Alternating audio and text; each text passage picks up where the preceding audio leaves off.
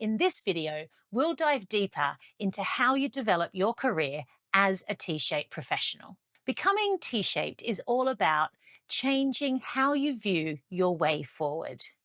The T-shape approach is an invitation to see your career as an agile adventure.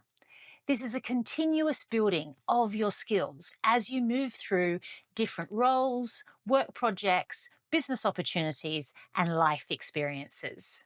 So embrace the knowledge that your T shape will continuously evolve and be influenced by different career opportunities, targeted development, and the skills demanded by the business environment in which you operate. Which is where the first, but not the last, awesome benefit emerges. Imagine navigating your career in an adventurous way versus limiting yourself to a predefined career ladder. You gain so many things. More career options for one, but ultimately you'll be more adaptable, more resilient, and even anti-fragile. All of which are great things for us to have in our toolbox. So having heard all this great stuff, you want to become T-shaped yourself. Where do you start? To make it easy to follow, we've broken the process down into 5 stages, which we'll go through next. These techniques are useful at any stage of your own personal career. However, they're also great for leaders who want to develop skill sets across their team or entire function. So the first step is to map your own current T-shape. We've provided a template for you to fill in. Make sure you've downloaded it, or pause this video and download it now if you like. During this step, focus purely on what you consider to be your current general capabilities. Add these to the boxes in the horizontal part of the T. Remember, these are the skills where you aren't an expert, but you have solid working knowledge and can apply key concepts. Don't worry about the number of general capabilities at this stage. Depending on where you are in your career, you might only have a few general capabilities. That's totally normal. Next, it's time to consider your specialisms and add these to the vertical boxes. If you recall, specialisms are where you have deep expertise that you've built up over time through direct experience, training, and study. Again, depending on where you're at in your career, you may only have one specialism, and most people only ever acquire a few. Also, don't limit this exercise to your current job. Include skills you've acquired throughout your career so far. Step 2, get feedback. Now, this is one of those constructive feedback moments. But genuinely, this is primed to be a rewarding conversation and an enjoyable experience, promise. What we want to do is take a deep breath and ask your peers, mentors, coaches, managers, friends to review your draft T-shape. You could even ask your family. We'll leave it up to you to decide. A key bit of this stage lies in thoroughly assessing the capabilities you've mapped out.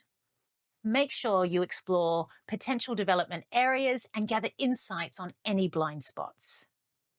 This might be challenging, but it's supposed to be constructive. It's all about you developing in areas going forward to achieve your long-term career ambitions. Now you've got all this information, it's time to apply it. Cue step 3. Compare your current T-shape to your current role. Now you're going to compare your current T-shape against the skills and capabilities required for you in your role, or perhaps a role you aspire to. For example, look at the generalist skills you already have that you might want to deepen into a specialism. Also, there might be learning resources in your organization that could be the next step towards evolving skills that support your day-to-day responsibilities. This step is also about taking more time for self-reflection, which is a key part of this whole process. It's important to know ourselves and what we want to achieve before using the T-shape to bring your future development to life. Step 4, identify which capabilities to develop next. With the aim of identifying which capabilities you want to develop next, you're going to review the following. 1, the feedback you gathered on your current T-shape. 2, what came to mind as a result of your reflections and aspirations. And 3, comparing your current T-shape to your business environment.